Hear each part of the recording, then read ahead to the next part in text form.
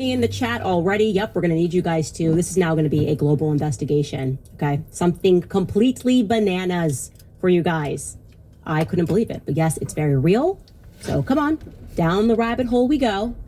Okay, so one of the strangest aspects of the entire Brigitte Macron legacy is that they have consistently, and I'm referring to the first couple, they have consistently attempted to present as evidence of Brigitte's existence her birth announcement, okay? Brigitte Trognau's birth announcement, which ran in the local newspaper of Amiens being the town that her and Macron were born in. And they're like, this is proof that she's alive. I'm gonna show you this birth announcement here. It reads Anne-Marie, Jean-Claude, and Mary Van, Monique and Jean-Michel Trognau. And this is in French, but they're very happy to announce the birth of their sister Brigitte, okay? And that ran in the Amiens newspaper, I believe, 1953. But just like on the surface, it is a weird thing to continually present as evidence that you existed. Just think about that, right? Like if you are challenging me to prove that I existed, the very last thing that I'm going to produce is a newspaper article, because who cares? I'm going to be like, here is my birth certificate, here are photos of me, here's me with my family. They just love this newspaper clipping so much, it appears everywhere, okay? And when I say that it appears everywhere and that they have insisted on this birth announcement as an element of truth or veracity, they even included this as a fact in their filings against me, okay? Take a look. This is the lawsuit page, and they're filing against me. Point number 23.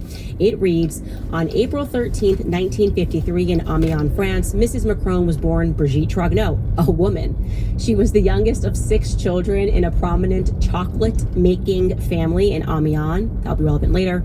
An image of her birth announcement and family photo featuring Mrs. Macron as a child is below. Okay, so they include this again. Look at this announcement in Le Courrier Picard, that's the local newspaper, and they circle the person who they allege is Brigitte on the lap. No mention of our boy Jean-Michel Trognau on the left there. And by the way, that photo on the right, the one that they just loved to give to the press, we know for a fact that that photo has been retouched, because in other presentations of this photo, there is no lamp in the background. So there's a lamp sometimes, there's not a lamp sometimes. So there's no question that this photo has at some point gone through a retouching. But we're not talking about this photo, so let's just stick with this strange newspaper clipping that is so evidentiary. So the real trouble with Emmanuel Macron and Brigitte launching this lawsuit is that they have accidentally launched alongside it an army of international sleuths, okay? We now represent an army of people worldwide who are looking into the story because it's so crazy for a sitting president to do this. And people are emailing us. They've got tidbits that require further inquiry. They want to help along with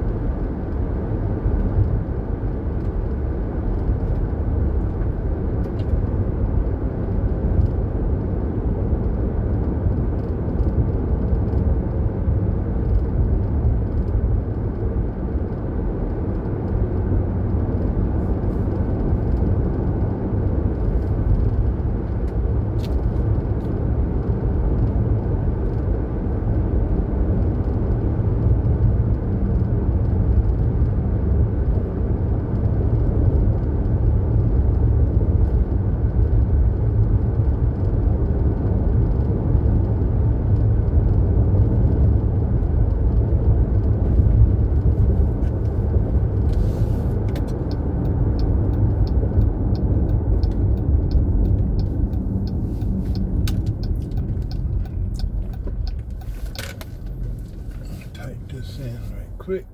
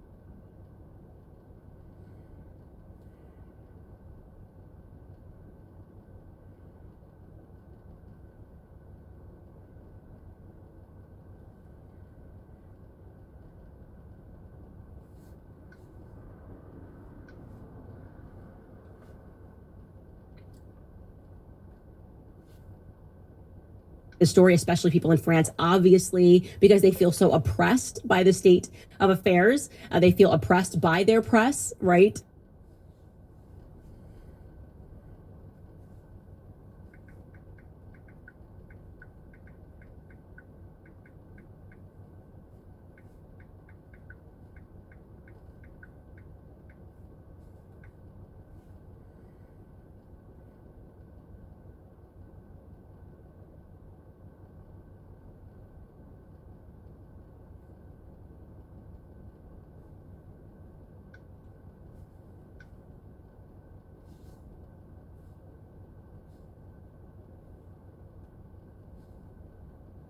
Korea, they want to help along with the story, especially people in France, obviously, because they feel so oppressed by the state of affairs. They feel oppressed by their press, right?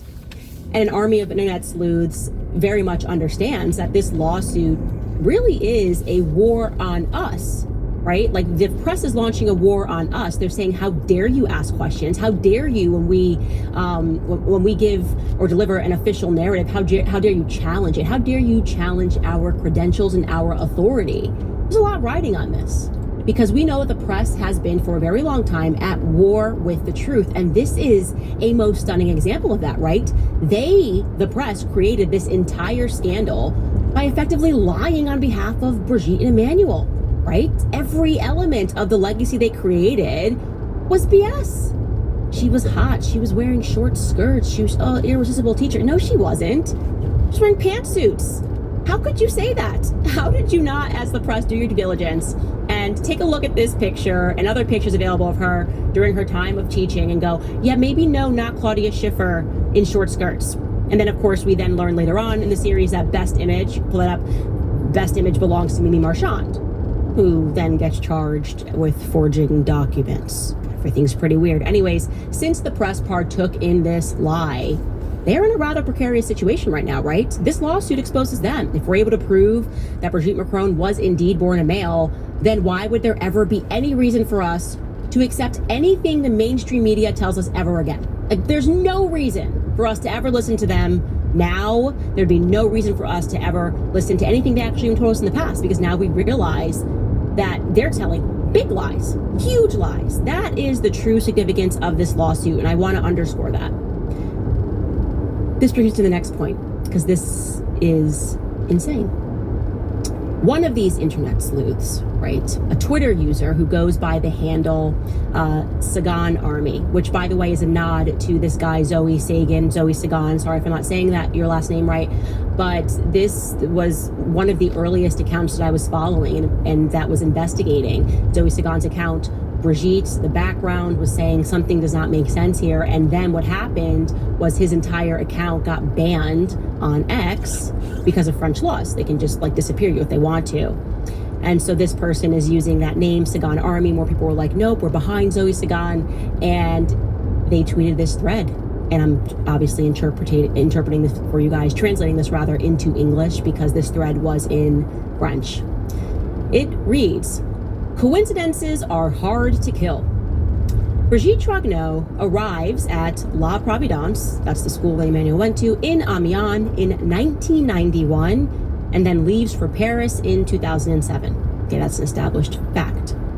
A certain Elaine Trogneux is appointed the head of the Somme Departmental Archives in Amiens from 1992 to 2008. So almost virtually the exact same time you get this person, Elaine Trogneux, who's being appointed to the Departmental Archives in Amiens. Let's continue.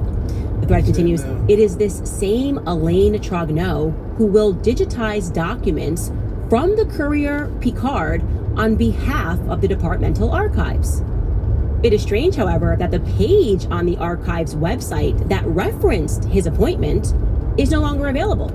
So this person's saying, oh, by the way, someone named Elaine Trogneux was in charge of the archives, the digital archives in Amiens during this time. And rather mysteriously, you used to be able to find this on the websites, the archive websites, but they've gotten rid of that. But then this user continues, fortunately, the internet forgets nothing, and this web capture is indeed authentic. So if you click this link, it goes on Wayback Machine. If you guys are not familiar with Wayback Machine, essentially it archives the internet, right? So you can just take a photo of something a different year or ask it to archive a certain hyperlink and it will capture it. So fortunately, somebody on Wayback Machine had captured this entry on the Amiens archive website, and here is what it reads. I'm showing you this here. It reads, the Picard Courrier newspaper is telling you that from the time frame, they're archiving stuff from the Picard Courrier newspaper from 1945 to 1960. And then it tells us that content, the documents that they have, documents from the Courrier Picard borrowed by Elaine Trogneux, who's a teacher, from the premises of the journal and lent to the departmental archives of the Somme to be digitized and put online. The originals are not kept in the departmental archives of the Somme. So what they're saying here is what we have digitized was given to us by Elaine Trogneau. We don't have any originals. We digitized it. This teacher gave it to us. Oh, wow. Okay. And the period of time, of course, includes this birth announcement. Like Elaine Trogneau, Brigitte Trogneau. Elaine Trogneau was the person that was in charge of this, and he was the one that provided this document. Now, this Twitter user goes on and says, it will be noted that this document included in the complaint by the Macrons against Candace Owens, which is a digitized press clipping from the Courrier Picard dated April 15th, 1953, was likely digitized by the mysterious Elaine Trogneau as he handled the years 1945 to 1960. Now I'm going to explain to you the next tweet that's about to come up. So there is this app and this website that is in France that is called Babelio, where users can effectively just upload book titles and review them. It's almost like, think of it as a social network for book reviews, like Yelp for book reviews almost, okay?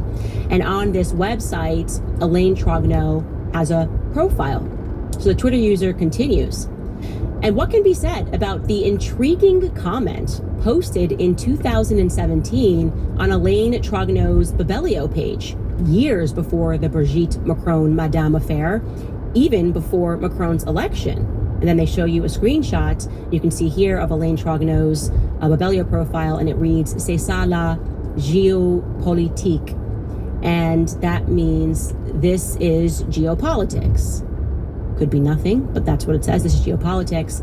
And so the Twitter sleuth then asks the question, what connection is there between an unknown provincial archivist teacher and geopolitics? This is just supposed to be a teacher that is interested in history and and yet he's mentioning geopolitics on his Babel profile. Okay, let's continue. The user continues by asking, who then is this Mr. Elaine Trogneau who was rummaging through the same archives as Natasha Ray's friend, accompanied by a mysterious stranger with an earpiece?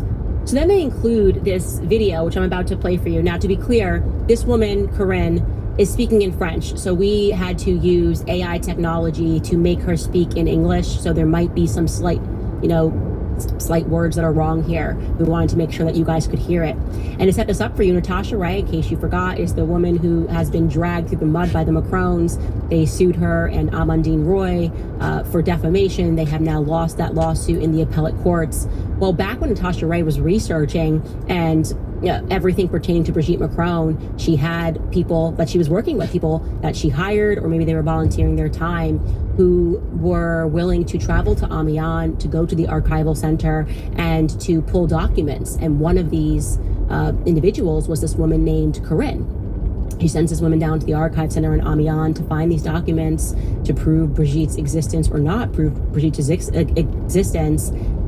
And the lady is shocked when, while she's there waiting for her documents, because they have to call you up to the counter, she hears the name Trogneau being called. So someone else with the last name Trogneau was waiting for documents pertaining to the same period of time that she was looking for documents. And she recognizes the person to be Elaine Trogneau. Here's what Corinne says in her own words. Take a listen. And when finally the first archives arrive, it's first come, first served. The person in charge of the archives at the reception says, "Here you go, your order has arrived." So the person gets up and says, "This is for Mr. Trogneau's order, right?" At that point, you can imagine my ears perked up. I thought to myself, well, that's odd. It's still pretty unfortunate. What a coincidence that a Mr. Trogneau would be doing research at the same time as me. So what I do is, almost automatically, I take a photo of the person in front of me. I send a message to Natasha saying, "Listen, I don't understand. There's a Mr. Trogneau sitting across from me, also looking through archives, and it seems to be the Courrier Picard. And so here's the photo I took." So, this one, of course, to fully respect their privacy, I have carefully blurred out, as is always done in such situations, the entire facial area of the individual because I deeply respect their personal privacy and confidentiality. When I get the photo, I recognize him immediately and I tell her, "That's Alain Trogneau, the historian who had all the Somme archives and the Courrier Picard digitized. But what really troubled me, beyond the conversation you get ready to stopping when pull I up a link? arrived and the way he spoke so discreetly, was that I was very surprised to see this man, Trognu, from the first table, get up and head toward the door. But just a few seconds later, this is actually another day, but just a few seconds later, the man sitting across from me at the table also gets up and heads in the same direction for the same amount of time as Mr. Trognu, and then, one after the other, they both come back in turn and resume their seats. This really troubles me. So I don't know did they talk to each other, Karine? I don't know. I didn't see them talk to each other, but it was unsettling because it really seemed synchronized, getting up at the same time, going in the same direction, coming back after the same amount of time. It was really unsettling. So what is happening there? She's not sure who this individual is that's sitting with an earpiece and has nothing, and that goes on longer, and she describes how he had no documents with him, and that's very unusual. You would never see someone, she said, at an archival center that's just sitting there with an earpiece. That sounds to me, and of course we can't confirm this, but that's probably security. That's what security does. I've had security before. They'll have an earpiece and they'll pretend that they don't know you, but they're making, looking over you. But why on earth would this guy, Alain Trogneau, who's a teacher and a historian, have security on him? If it is security, but also what was he doing at the Archive Center, getting his hands on documents that he gave the Archive Center? You gave the Archive Center these documents. They've since wiped it from their website for some unknown reason, but you should have the originals at home. What are you doing here? Are you trying to intimidate her? Or you realize people are fishing around? Are you trying to remember what you gave them? We don't know the answers, but that is incredibly strange and making matters even more strange. And I'm going to be clear here that I have not yet had an opportunity to vet this information, but it is definitely interesting, is that someone else contacted us on the tips line, because tips@CandaceOwens.com if you have anything. And they said, Candace, the entire Trogneau family origin story makes no sense entirely. Before we get into that, by the way, I do want to say that if you have any information pertaining to this Alain Trogneau, we'd love to hear it. We've researched him. He exists. He has a Wikipedia page, actually. Skylar, do you want to throw that up? Alain Trogneau is a French teacher and local historian. He is a history professor in Amiens and the author of several books about the local history of Picardy. So the question becomes, again, which this user is pointing out, why would this person who is local to Amiens, concerned themselves with only Amiens history, be referring to geopolitics at all? There could be an answer for that. Alain Trogneau, if you're watching, we'd certainly love to ask you questions. We'd love to ask you, actually, if we could sit you down throughout this lawsuit. How are you, if you are related to Brigitte? If you're a Trogneau from Amiens, I'm going to go ahead and I think it's a safe assumption that you might be related to the Trogneau family, whose documents you are digitizing at the Archive Center, the originals of which you should have then, right? That would make sense that you had these originals since you are a quote unquote historian. You really got to wonder about these historians, right? I mean, it's like,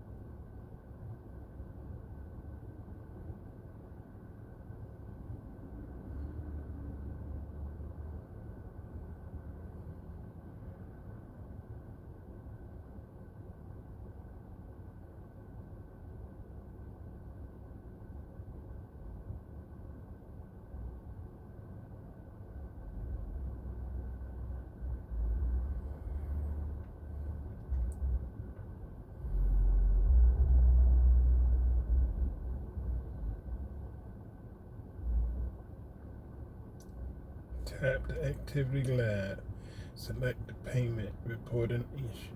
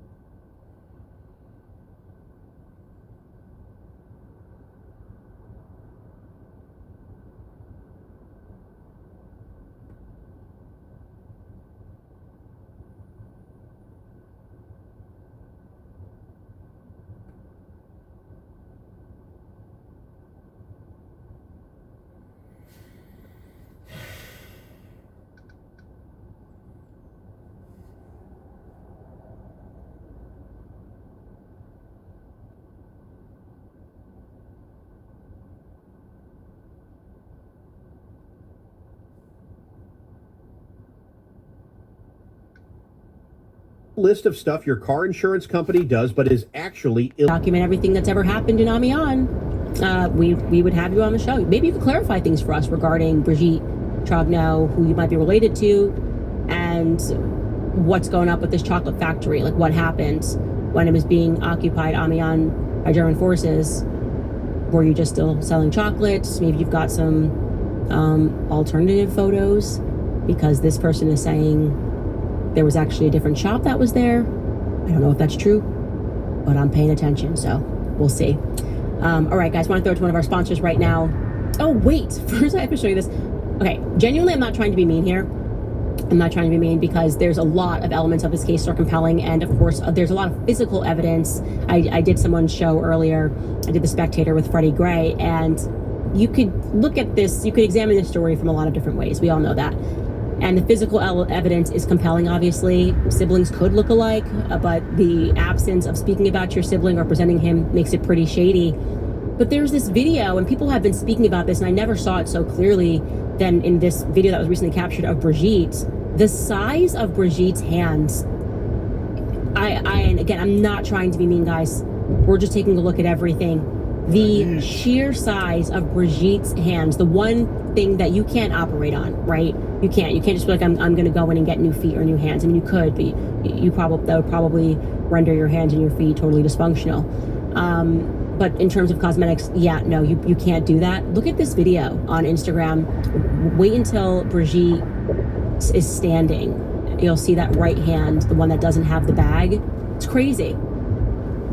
It is going to get crazy. Hold on one second. Right there. Look at the size of that hand. That is a very large hand. I'm going to put that right there. That is a very large hand for a madame. Okay, throwing it to some of our sponsors. Preborn. I've told you guys about them before. I'll say it again. You guys already know that I'm pro-life. That means I stand with mothers before their baby is born. And to get to this story, speaking of like a war on the press, I don't know if you are where I'm at right now, and realizing that our reality really might be one big matrix. Now that we realize they like to kind of laugh at us by creating art or like, putting a book in the corner on the desk like Macron. It's like, ha ha, it's Andre Gide, ha ha, what are you gonna do about it? I'm like, maybe that 90s movie The Matrix was telling us the truth and our reality is being created for us. And these stories, the more we get into them, whether it's Epstein and this hand of Midas pulling him through, pretending that he's like some genius. Whether we look at Elizabeth Holmes and you're like, oh, we thought like this girl who was maybe a genius and actually is kind of a fraud, and she's smiling and she comes from a family of billionaires. Every time you look up a story of somebody who allegedly just made something in their basement, like we discussed yesterday, I was just toying around in my basement fixing a motorcycle and I created Apple. What do you know? I don't know what goes on in these basements, but then you look into their families and they're old wealth families. And then we learn about operations like Operation Mockingbird, New York Times working with them to delude our minds, delude the minds of the masses, tell us to look away from the JFK story. They're paying them. Like the CIA was had on their payroll the New York Times. That's crazy stuff. Well, there is this journalist, Bari Weiss, might be Barry Weiss, I'm not sure. And we're supposed to believe this woman's a genius, okay? She was employed at the New York Times after conveniently spending a year in Israel, Hebrew University, which also happens to be where the Adelsons pour a lot of their money, because Miriam Adelson also attended Hebrew University. Anyways, Barry Weiss goes over there, does a year there, comes back, Columbia University, gets her journalist degree and gets a job at the New York Times. Okay, great. Then she does this big thing where she goes, I'm leaving the New York Times to launch my own thing, which is the Free Press. And it's obviously just a Zionist outlet. And if you're looking around, people are not being drawn to sign up to support Israel. Like the genocide thing kind of happened and people went, you know what, maybe no. So there's been a complete collapse in support for Israel.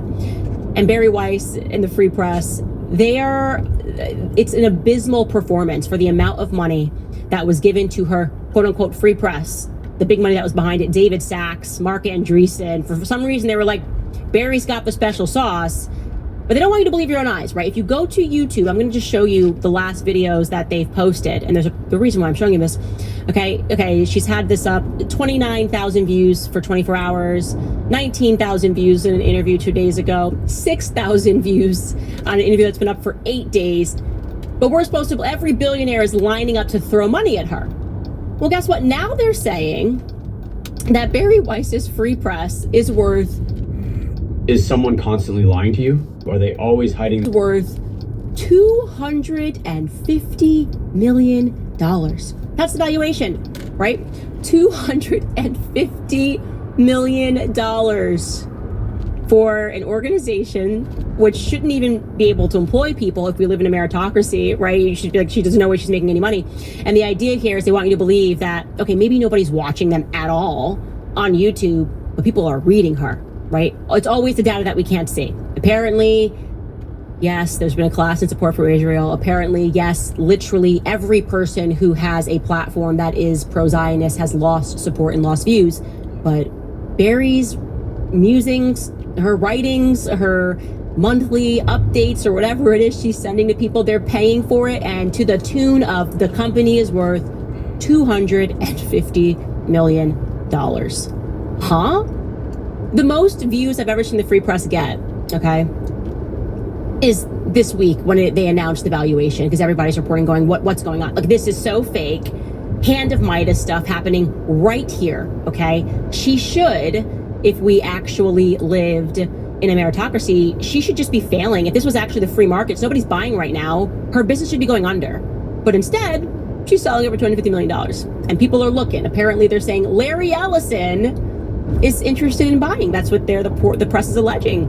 Okay, Larry Ellison of Oracle. They're laughing at us. Anyways, I want to show you this really funny clip of Tim Dillon making fun of this absurdity. Take a listen. I mean, unless we're all completely wrong here and that Jeffrey Epstein was not at all connected to the Mossad. But it seems he was. It seems he was. So again, it would call into question this relationship that we've had with our, quote, greatest ally for a very long time. That can't happen.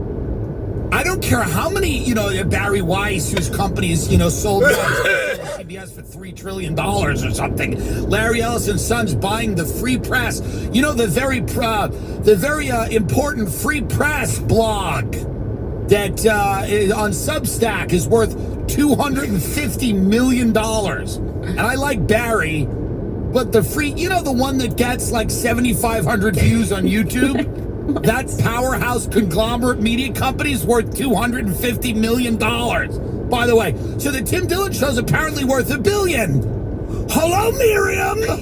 Where's my money? $300 million, $250 million for Barry Weiss's blog, in which she interviewed megastar Ross Douthat from the New York Times about why conspiracies have taken the hold of the American mind. And Ross goes, well, the thing about conspiracies is there's an element of truth.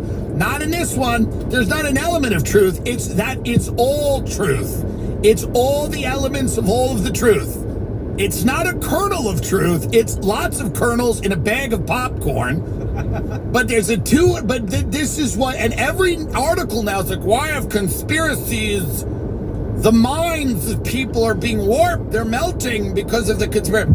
So, again, and everyone talks about, everyone's like, oh, the grift is to go against Israel. It's like, clearly not. The grift is $250,000 for the blog, for your blog. Yeah. By the way, that's God the bless. Nice woman, sweet, charming woman. Her and her wife, lovely people, no issue with them directly at all. They don't like me anymore, which is fine because, again, you're on the team or you're not on the team. You criticize one thing, you're off the team.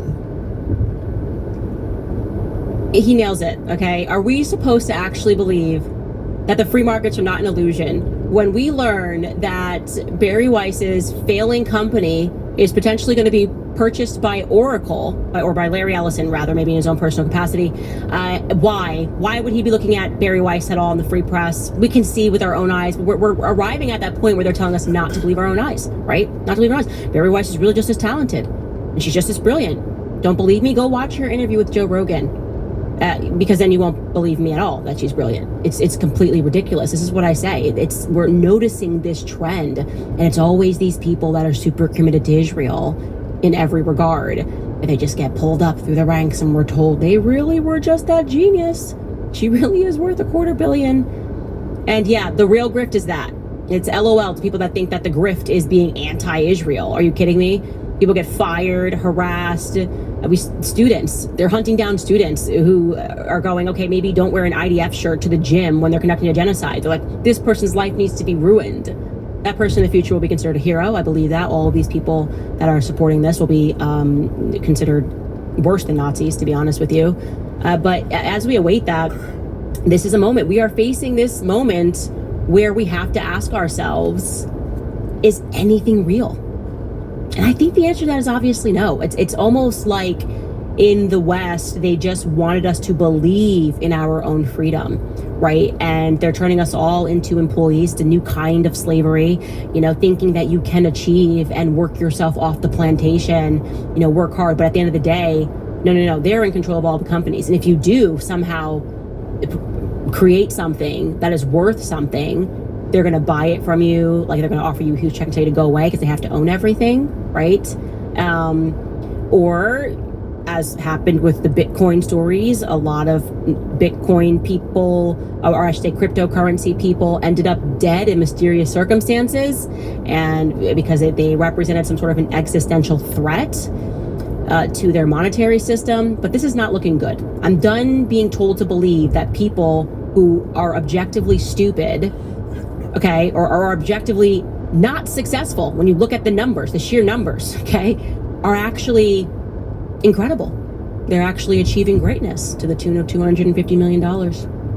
Anyways, further on the topic of everything being fake and gay and how all of this really is connected and really is a challenge for us to recognize that we are at war with our press. This has been the importance of the Blake Lively lawsuit. People, why are you covering this? Are you crazy? This is exactly what it is that we're talking about. Okay, a couple goes to the New York Times, amongst their powerful elite friends and says, hey, I just kind of want the publishing from this guy, Justin Baldoni.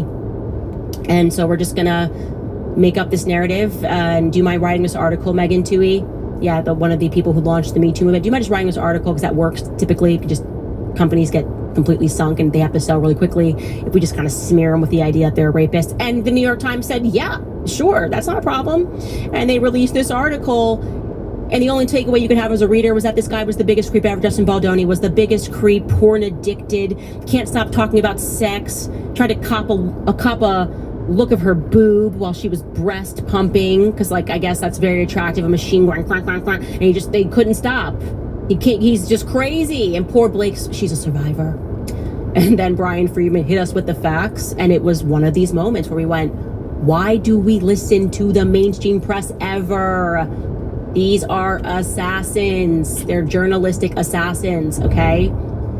And so in this remarkable, again, exposing to us also potentially the corruption of the courts, they started issuing all these subpoenas because Blake Lively's entire story, don't forget, is that there was some inside untraceable campaign and that it couldn't be possible that people organically disliked her, right? So no, but they must have been working with all of these people. And she starts throwing out these subpoenas. I got a subpoena. I didn't even know Justin Baldoni's name last year. I got a subpoena. How am I a part of this untraceable campaign? And of course, immediately I did an episode. I said, I'll subpoena myself. I didn't even mention this girl, Blake Lively, in my phone 2 times over the last 5 years, okay? And so when we received the subpoena, my lawyer called her lawyer and said, what are you guys looking for? Like, obviously, Candace is happy to give you every bit of anything that you want because she has nothing to do with this lawsuit. And she didn't even begin covering this lawsuit until the end of January of 2025. So yeah, you guys filed this in 2024. What do you need? But remarkably, what they specifically wanted, which is very strange, was they extended the time and they wanted to see whether or not we had communications this year, 2025. Why? Why is the judge allowing them to go on this fishing expedition to pretend that anything that happened this year is relevant to the case that she filed last year? Apparently she's trying to prove that it's still going on or something, and the judge is allowing this BS. Why would the judge allow this? This is an absolute nonsense. So we went to them and said, Candace has never been told what to publish. That was a part of their subpoena, wanting to figure out whether people were sending us talking points, whether or not people had paid us, whether or not people were encouraging, like asking us to say certain things throughout an episode. It's a nonsense. In fact, I should sue them for defamation for even suggesting that I would let somebody put words in my mouth. It's bad for my brand. You hurt me now. That feels like an untraceable campaign. Blake Lively, okay? Cut that out right now. And he said, obviously that's not true. Do you even know who Candace is? And we absolutely are not giving you our communications. We will file to completely quash this subpoena, and we will win because we will cite reporter's privilege. You know that Candace went out and said, if you have any tips, send it to her line at tips@candaceowens.com. You know that she then began receiving tips. So what are you trying to do? What game are you trying to play? Are you trying to like find a communication and then try to trot it out as PR proof? Like, oh yeah, no, Candace, see, they were all involved and colluding in February of 2025 after we filed our lawsuit. That's a nonsense. And they had a friendly conversation. You know, the lawyers had a friendly conversation, and they asked us not to file the quash until they could see they filed some motion whether or not they could win on forcing the defendants of this case, Brian Friedman and co, Justin Baldoni, to have to give their communication so that it won't actually involve me at all, meaning we can get them, they will be subpoenaed and they will have to turn over their communications rather than including you. Yeah, that would kind of be the big idea. It's between all of you guys. And again, it seems very strange to me that they're trying to pivot a strategy here and they're no longer concerned with what was leading up to this lawsuit, but they're trying to prove that this campaign is happening now. All I can say to you is, legitimately, from the bottom of my heart, I hate people who lie. I cannot stand the idea of people being so wealthy and so connected that they can ruin people's lives. This is also my emotional attachment to this Brigitte story now, right? You're trying to ruin people's lives for telling the truth. How to check if someone's spying on... It's happening across the board. You guys are colluding with the press. The press is supposed to protect the little guy, okay? The press is supposed to protect the Natasha Rays. The press is supposed to protect Xavier Poussard. The press is supposed to be outraged at the idea of a president, a sitting president with all of the power and the press in his pocket, filing a lawsuit against a mom reporting on events in her home. But they're not, because they are a part of the elite. Okay, like I said, they are trained. They have never been a separate entity. There is no such thing as the fourth estate. It is all a part of the estate that has been built to delude us into believing that we are receiving information, to delude us into believing that we are a part of some free market system. Nope, it is all of us versus them. Okay, all of us versus them. And all of these cases matter. Like, we are at the gates and we have to fight like hell. That is the reality. We have to fight like hell because we are really, in my viewpoint, the last generation that can, right? They if we don't stand up, our kids are going to inherit this. And I keep saying that to people, be brave, okay? Send us the tips, tell us what we need to know, tell us where the bodies are buried, and I will report on it. We have to be brave. They want us not to be brave. That's why they're giving us all this distraction, technology, social media, breeding weak men. They want everybody to be homosexual, right? That's another element of this. They want men to behave like women while telling women that they're going to find happiness behaving like men. You women, you go to work. Men, you be more effeminate. All of that is a part of what I believe to be a broader strategy to effectively weaken our societies, so that even if they go full mask down and say, yeah, sexual perverts are running the world, we are not going to have it within us the courage to fight these people. That's it. Because we're just going to be like, oh, but like, I'm on Instagram, I'm really comfortable, everything's so plush, I don't really want to fight for anything, nothing really matters, so I will just accept my enslavement. I say no to all of that. By the way, shout out to Perez Hilton. I thought regarding the Brigitte Macron case that I had the absolute best headline ever written when they said Candace Owens subpoenas herself live. But I gotta say, Perez Hilton, this this headline really made me chuckle. It was in Us Magazine, Us Weekly. Blake Lively slams Perez Hilton in court for calling her Ku Klux Khaleesi. Ku Klux Khaleesi. And she says that he's not a journalist. Yeah, she had to sit down and be deposed. And I don't know why, but Ku Klux Khaleesi sent me. Everyone's being a big baby. You were so happy to play the game and smearing Justin Baldoni. Now, oh my gosh, you're so fragile, I can't deal with it. It's how they are, right? When they have full power, it's ha ha ha. And then suddenly when the tables turn and people wake up to the truth, then it's running. Where's my lawyer? File a lawsuit. Trump, please shut her up. Sorry, I'm not shutting up. And every day that passes, I'm a little more angry at Donald Trump, because I'm realizing he has not said anything about this leader coming over and trying to essentially trample the Constitution. What does that mean? Like, now I'm starting to go back in my mind, and you guys tell me if you think this is fair. And I'm wondering, when Trump called me and presented it as like, oh, you know, could you stop talking about this because of Ukraine and Russia? Was it really because of Ukraine and Russia? Or was he protecting the elites? I don't know. I genuinely don't know. But now I'm going back in my mind and I'm starting to wonder, like, are we looking at a globalist government and they're terrified because the people are waking up and they're going, real going to recognize real, globalists going to recognize globalists, okay? And we need to get this under control. Nip this girl in the bud. Make sure you tell her that she can't say anything. She respects you. Was I taken for a ride? What do you guys think? I'm interested to know what you guys think. Anyways, I'm going to tell you guys before I get to your comments about Tax Network USA, because Tax Network USA proudly believes in get down to your library, okay? We are the captains now. We gotta get to the bottom of the story. I am seized. Germany, what's up? What was up going on in Amiens? Do you guys have records? Like, what we probably not, because of course we know that a genocide was committed on the Germans following World War II. Weird little fact they don't want to tell you. Oh, they were the bad guys. Whatever. 2 million of them at the end of the war. Who's looking? Who's paying attention? And then passing speech laws so nobody can talk about what happened to their ancestors. Yeah, I'm on to you, historians. I'm really starting to ask myself some questions. First up in the comments section, I just want to shout out all of you. Le Parisien did a hit piece video on me in France, and the comments totally passed the vibe check on YouTube. Here are some of the comments of you guys saying, obviously the word, because they called me anti-Semitic, this Brigitte Macron story. I'm like, huh? How? Why? This person writes, obviously the word anti-Semitic had to be included, which has nothing to do with the said affair. Next person writes, in which country would a 39-year-old adult have a relationship with a 15-year-old minor? In which country? Next person writes, the Pharisees have spoken and no one believes them. Liars, Pharisees. This next person writes, we recall that the Parisian Bernard Arnault, who enormously helped Macron to come to power.